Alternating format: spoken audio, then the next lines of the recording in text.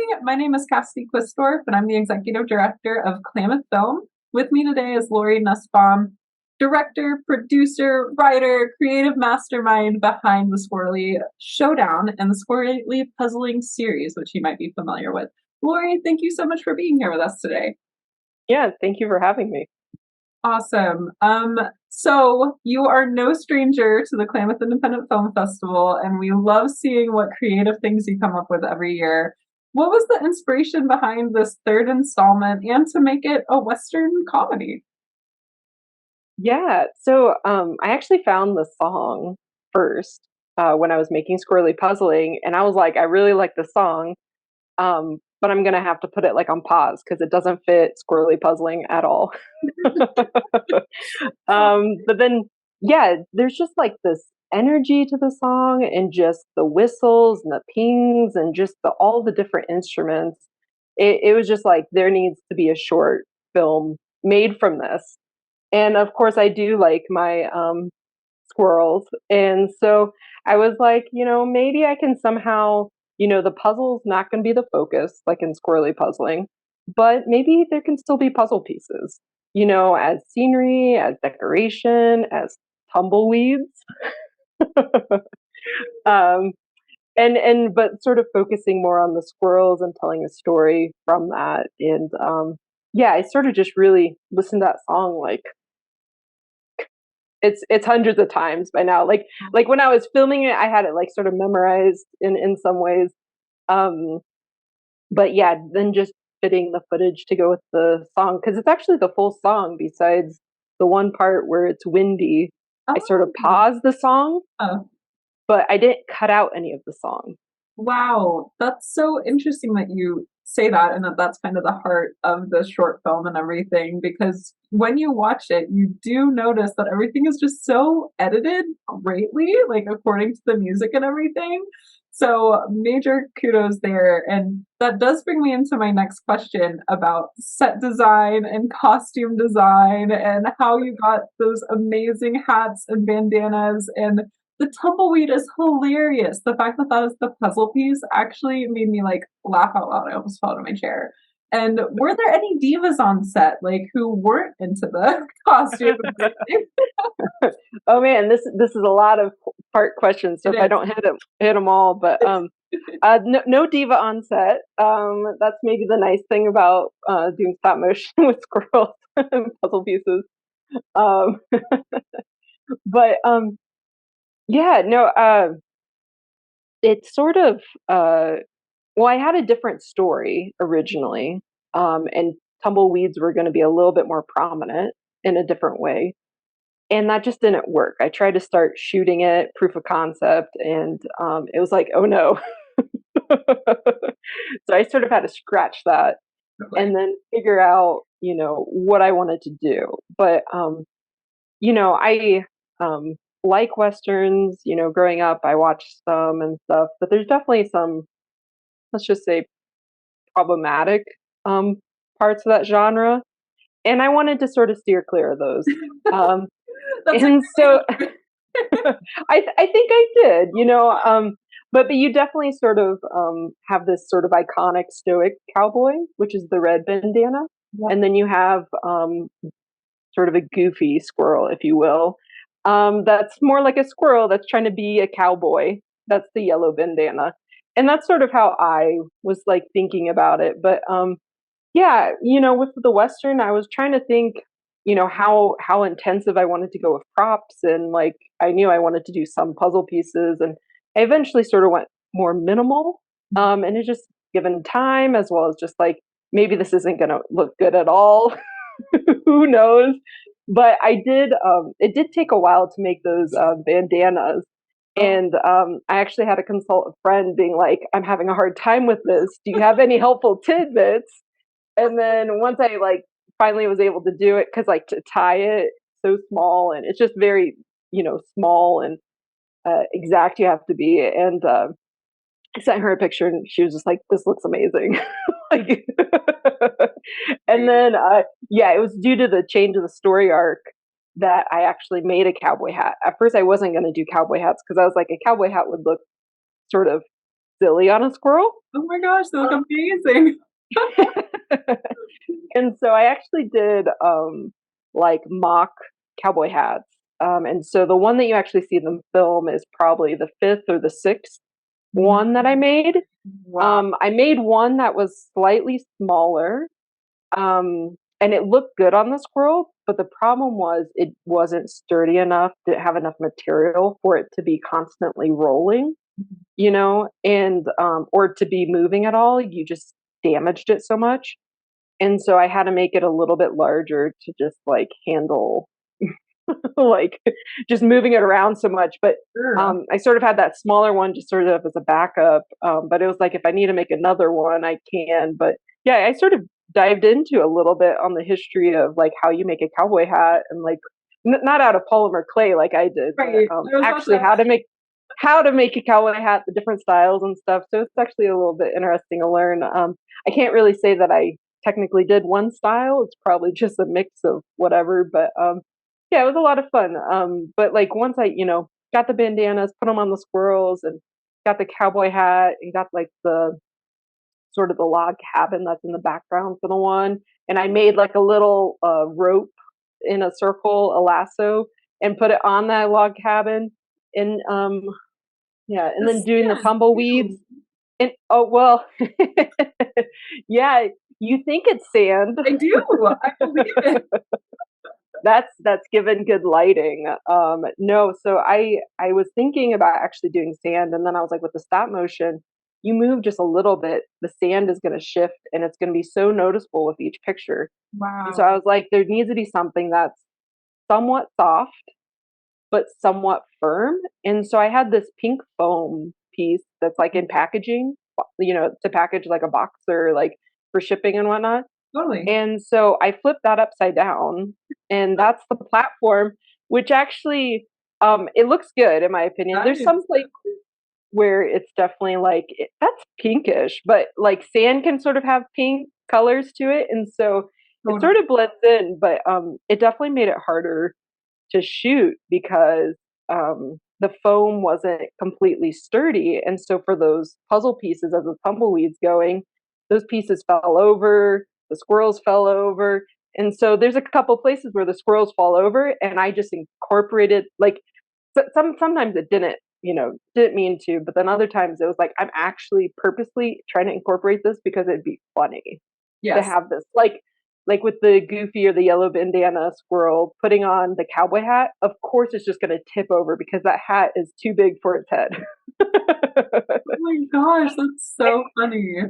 And it was just because I was like trying to film it and trying to move the squirrel and it was tipping over, and I was like, fine, I'm just going to throw it actually into the short film, and I think it works. Oh, I totally agree. And it sounds like you've had to do a lot of pivoting. Like, I mean, your original idea, and then there's the music, and then, oh, it's actually going to fall over, and that's fine and funny. And so I totally commend being able to, because that's a skill that is probably universal among all filmmakers. Like, things don't always go according to plan. How are we going to pivot? How are we going to make the most out of it? And honestly, in the end, it seems very beneficial with Squirrely Showdown because it is such like funny elements and stuff, and it just almost brings like even more of a heart to the film, in my opinion. Mhm. Yeah. Yeah, no, I would agree because, and I mean, I had friends and family watch the film and give feedback and stuff because, like, the ending, I didn't originally have the Goofy squirrel putting the puzzle piece on its tail as a hat, a tumbleweed hat, and then walking off together. I just had them walking off together, and then I made some small changes to like add to it because it's like, yeah, like why wouldn't the Goofy squirrel, of course, be like, I'm gonna have a hat too. Yeah, on my tail. That's awesome. And so the hats were made out of polymer clay, and the bandanas, was that just like terry cloth or like just any pieces of Just cloth you found? Yeah, yeah. They were actually old scraps of fabric that my parents had, and my mom was like, "Yeah, you can take whatever." And I was like, "Okay, what would be a good bandana color?" And so there's a larger fabric to it, but that's such a small thing that you really just get the color basically. Sure. reduce, reuse, recycle. And also, I wasn't sure if they had, miniature figurine squirrel bandanas, on Amazon or something. So I'm glad you I didn't look, but who knows? well, Google that it after. that might have been easier. That's true. I'm sure the cutting and everything, but that was yeah, very impressive set design and costumes, and it totally does add a lot to the film.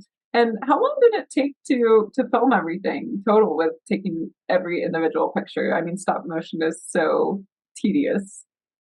Yeah, just the filming aspect. I mean, I did some proof of concept, some trial and error, and then I had to reshoot some films, but it was probably at least 30 hours, if not 40 hours of just like filming. And then still, had all the brainstorming beforehand, making the outfits, sort of the set, setting it up, figuring that out, and then the editing afterwards and fitting it together, and then realizing no, that didn't work. I need to reshoot that scene, Yeah. or like this, yeah. So it was, but it was a lot of fun. I really enjoyed it, and it was really I mean, I think it's funny to watch, but it was also funny to make. Oh, Like I was like, I'm laughing as I'm making this, and so it's like if I'm laughing, like other people should also find it funny, I think. that's awesome. And honestly, all that hard work, I mean, it just shines through. And, the selection committee and people on the board who have seen your films before, we were all just like, oh my gosh, like this is Lori's like best work yet. Like it was just so impressive. And every time I watch one of your submissions, I'm just like, oh my gosh, this is so creative. And like just the time and energy and just being able to like look at something and envision it in this totally new way and take the time to do that is seriously like just such an amazing talent and like really cool to see in a filmmaker and something so different that you haven't seen before. So long way of asking like what when someone watches this film, like what do you hope people take away from it? Or and it doesn't have to be just glorifying your creativity and everything, which you know but was there any kind of hope with the Squirrely series in general? Yeah, well, I mean, I don't. You're throwing out the word series. I haven't quite said it's a series yet, but who knows? Maybe it will be. You're like, I'm expecting more films. um, yeah, no, I think it was an interesting one. I mean, I hope people enjoy it, but even from the people who have already watched it that have commented to me, based on your perspective of the relationship between the squirrels, you could have a different perspective of the whole storyline.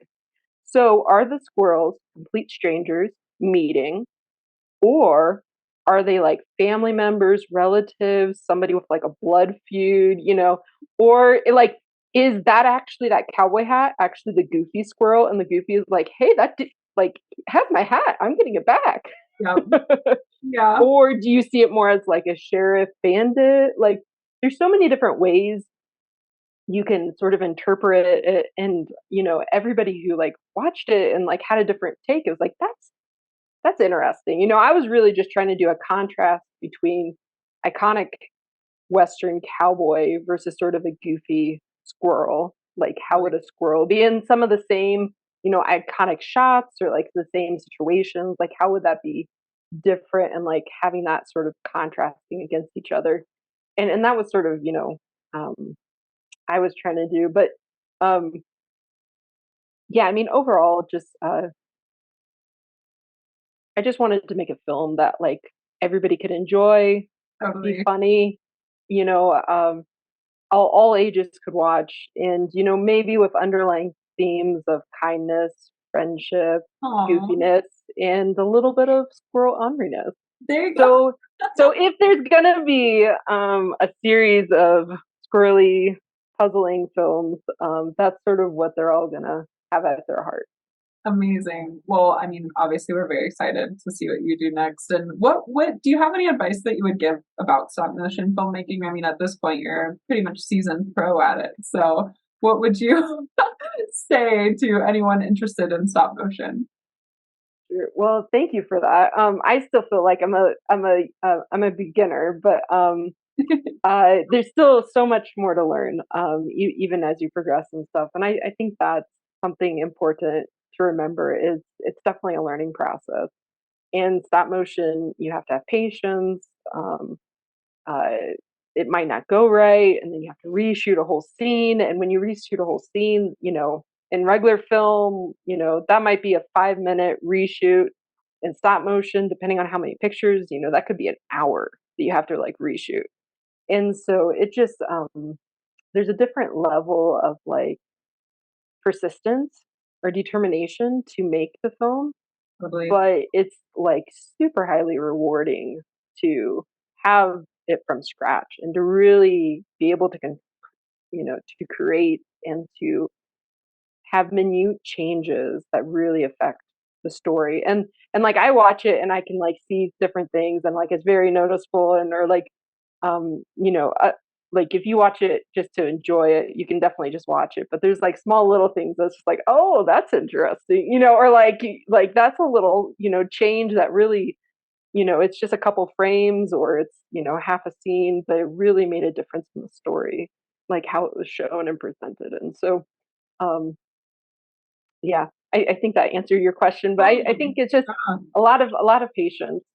Absolutely. A lot of patience. There you go. And good things come to those who are patient. So, and just like this film. But so Lori, this is another two-part question. I know I've been throwing them at you a bunch, but you're a Klamath Film member. And so I'm kind of curious as to how kind of joining the organization, like when you found us and when you decided to make your own film.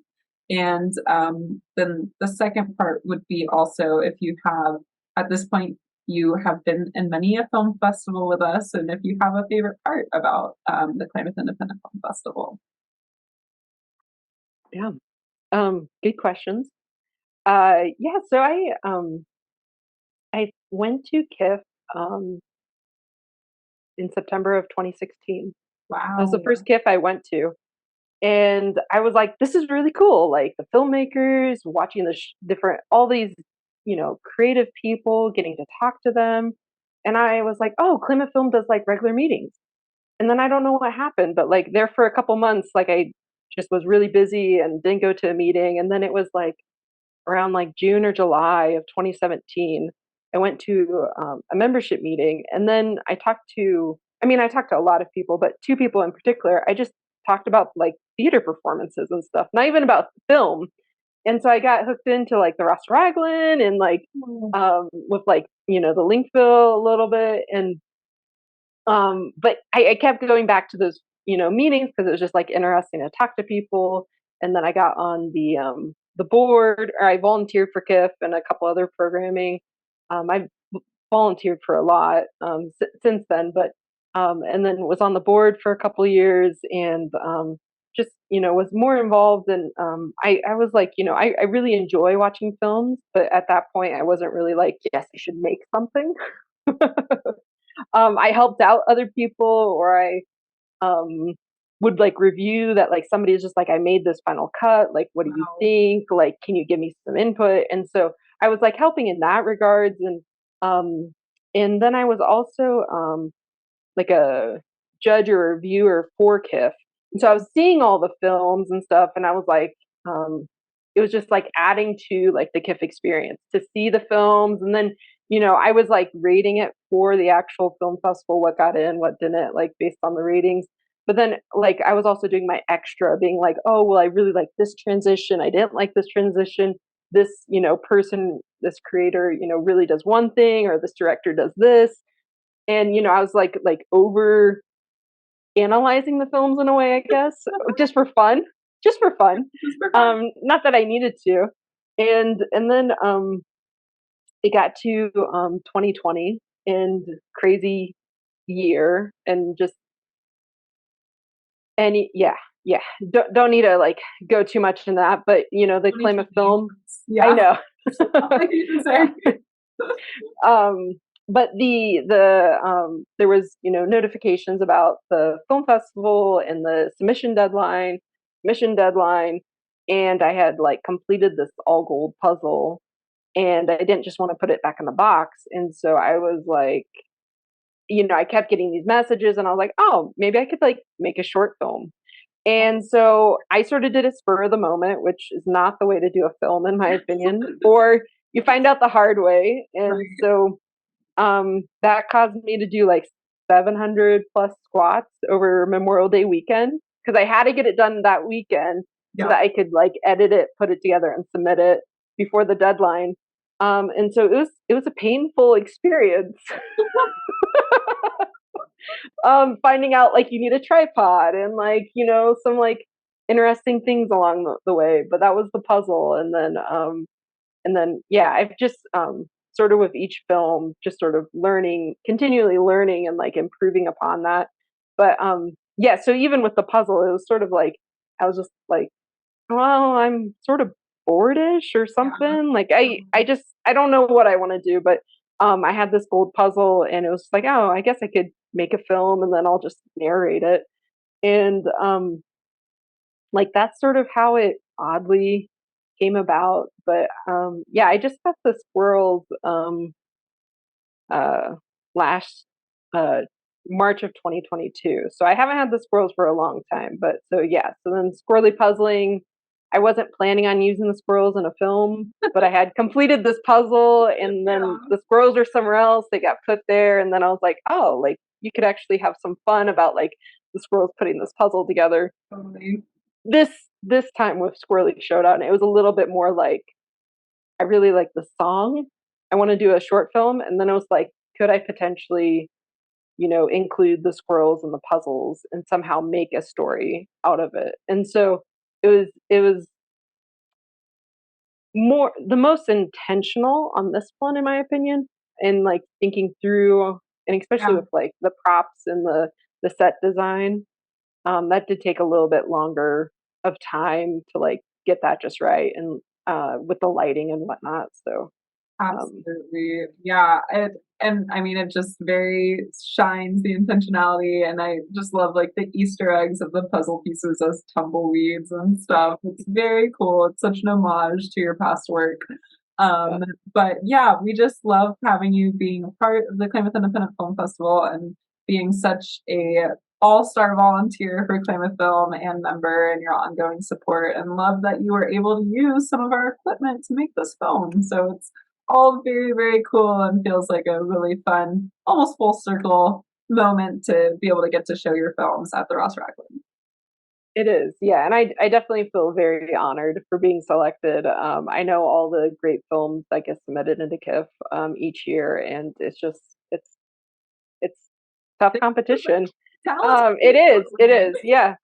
Yeah, but Totally. that's also why like it's just really enjoyable to attend KIFF, to talk to the different filmmakers, even if you don't make film. Like I still enjoy talking to people and asking them questions about their film, and people are always really excited about talking about their films. And um, also, it's like with the shorts, it's like you can watch a lot of short films, and they're all different content. Even if you don't like something, wait 5 minutes, wait, short amount of time, and you'll see something else. But yeah, just really great films, and it's always just been a fun weekend. Basically, yeah, I went to KIFF the first like KIFF when I moved here, and so and Wow. I've been going since. Oh, wow. Well, that's amazing. Ongoing support again. So appreciate it. And I love how you like summed it up because it is so true. There's something for everybody at KIFF, and that's what makes it so fun to celebrate all of Oregon filmmaking as an all genre festival. So, but yeah, Lori, thank you so much for your time tonight and for chatting with us. And thank you so much for submitting to KIFF and being a part of this organization.